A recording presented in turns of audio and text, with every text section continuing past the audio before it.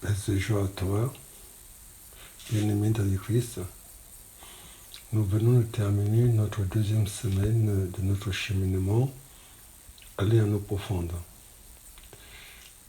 Et au cours de cette semaine, nous avons terminé les deux dernières recommandations de Jésus sur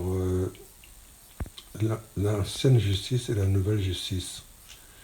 Et les deux points dont Jésus a parlé, c'était œil pour œil, et puis tu aimeras ton prochain comme toi-même. Et chaque fois, vous vous souvenez, Jésus nous dit, il a été dit, mais moi je vous dis. Alors, dans œil pour œil, Jésus nous dit, celui qui te frappe la joue gauche, tends-lui la joue droite. Ce qui veut nous montrer qu'il nous faut pardonner. Il nous faut pardonner, il faut aller plus loin que le pardon. Parce que, en fait, d'ailleurs, il nous dit, si votre justice ne dépasse pas celle des pharisiens, vous êtes plus que condamnables. Parce que nous avons pour modèle le Père. Et pour ces deux commandements d'ailleurs, Jésus nous dit, mais soyez parfaits comme votre Père est parfait. Soyez saints comme votre Père est saint. Soyez miséricordieux comme votre Père est miséricordieux.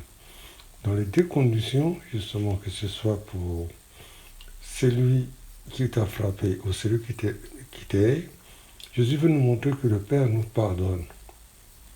D'ailleurs, nous allons le voir dans le chapitre suivant, qui dit « Pardonne-nous nos offenses comme nous pardonnons à ceux qui nous ont offensés. » Et puis d'ailleurs, dans le verset 14-15, il dit « Si vous ne pardonnez pas, le Père ne peut pas vous pardonner. » Parce que nous qui sommes aujourd'hui chrétiens, nous ne devons pas agir comme des païens. N'oubliez pas qu'à l'entame de ce chapitre, Jésus nous disait que vous êtes le sel de la terre, et la lumière. C'est à nous d'éclairer les ténèbres. Et si nous nous comportons comme des païens, où est le témoignage? Donc, on va terminer ce chapitre. Et nous avons démarré le chapitre 6, qui commence de 1 à 19, par 3 points essentiels sur comment prier, comment faire le monde, comment jeûner. Et là, Jésus veut que nous ayons notre regard tourné vers le Père. Il dit, toi quand tu jeûnes, ou quand tu pries, ou quand tu donnes, ne le fais pas en public. Ce n'est pas aux hommes que tu dois plaire, mais va dans ta maison. Et Jésus termine chaque fois. Et ton Père qui est dans le ciel, qui voit ce que tu fais, te le verra. Donc, nous sommes dans le monde, mais nous ne sommes pas du monde. Nous sommes les témoins et le sel. Et on revient sur ça, nous sommes le sel et le témoin pour donner la vie. Et justement, dans ce passage, entre le verset 5 et 17, Jésus nous donne cette belle prière qui est le Pater. Prière par excellence, qui contient toutes les formes de prière, des louanges, des bénédictions, des guérisons intérieures, des libérations, mais aussi d'exorcisme. Nous en avons parlé et nous avons fait des démarches de guérison intérieure. Alors, encore une fois, cette prière-là, lorsque nous la prions seule, je crois qu'à la deuxième partie, il faut la personnaliser. Parce que tes demandes à toi, ce n'est pas les demandes de ton frère. J'avais dit déjà que cette prière a deux dimensions. Une dimension horizontale par rapport à la communauté, les uns des autres, mais une dimension verticale, moi et mon Père. Donc, je pense qu'il faut vraiment rester sur cette prière, parce qu'en général, nous les récitons. C'est vrai que quand nous sommes nombreux, nous ne pouvons pas nous arrêter comme ça. Mais quand tu es seul, dans ta maison, dans ton cœur, parle dans ton cœur, regarde-toi dans le miroir. Et, comme je l'ai dit, c'est une prière de guérison intérieure. Elle va continuer à agir, cette prière-là. Chaque fois que tu te souviens, des personnes qui t'ont blessé, écris ça sur un bout de papier et va dans le cœur à cœur, dans le Saint-Sacrement, à la messe, offre ça à Jésus, puisque Jésus te dit, toi qui passes le fardeau, viens à moi, je vais te soulager. Et ensuite, dans ce chapitre 6, alors je dirais d'ailleurs, vous remarquerez que sur les 3 passages, sur comment faire le monde, comment jeûner et comment prier, il n'y a que Matthieu qui en parle dans les évangiles. Par la suite, dans ce chapitre 6, il y a 4 autres points. Et d'ailleurs, que je vous avais donné des références que vous pouvez retrouver chez Luc. Il a parlé sur les trésors.